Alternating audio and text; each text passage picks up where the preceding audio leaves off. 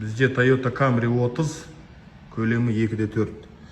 Міне форсунка бүріккіш дейміз ғой, қанша шашу керек. Біз ультра дыбысқа салдық. Оны тазалап болғаннан кейін қазір көреміз, қанша ішіне бүрку керек.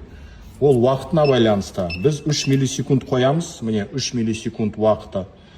3 бар қысым. Енді көрейік, 30 секундтың ішінде қанша әр форсунка қанша шашады. Көрейік енді.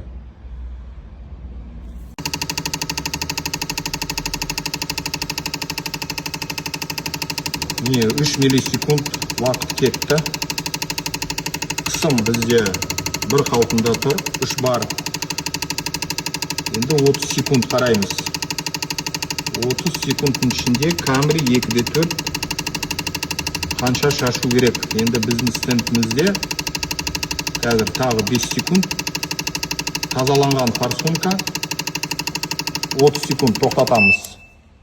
30 секундтың ішінде қараймыз, міне 5 миллилитр әр форсунка бүріккіш дейміз. 5 миллилитрдан ішіне шашты. Дұрыс па, жоқ па?